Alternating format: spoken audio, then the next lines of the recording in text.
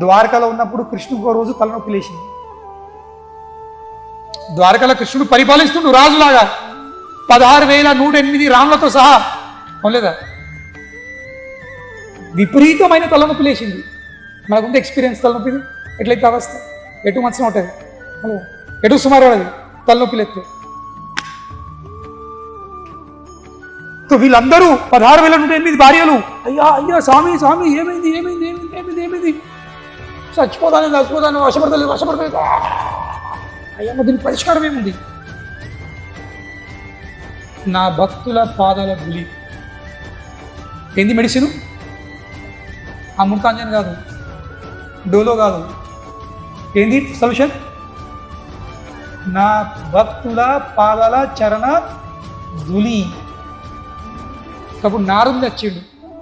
నారదుని ద్వారక వచ్చిన తర్వాత వీళ్ళంటారు, అయ్యా అయ్యా మీరే గొప్ప భక్తులు, మీ పాదాలు ధూళి ఇవ్వండి. నారదు అంటాడు, నాకంటే గొప్ప భక్తులు మీరే ఉన్నారు. 24 గంటలు వారితో పాటు ఉండి వారు సేవ చేస్తున్నారు. మీ పాదాలు ధూళి అతనికి ఇవ్వండి, మీరు పెట్టండి, రుద్దండి మొత్తం తల మీద. 16,000 మంది ఉన్నారు మీరు. వాళ్ళు ఏమంటున్నారు, మునీంద్ర ఇటువంటి ఘోరమైన పాపం చేస్తుంటే మేము నరకం పోతాం.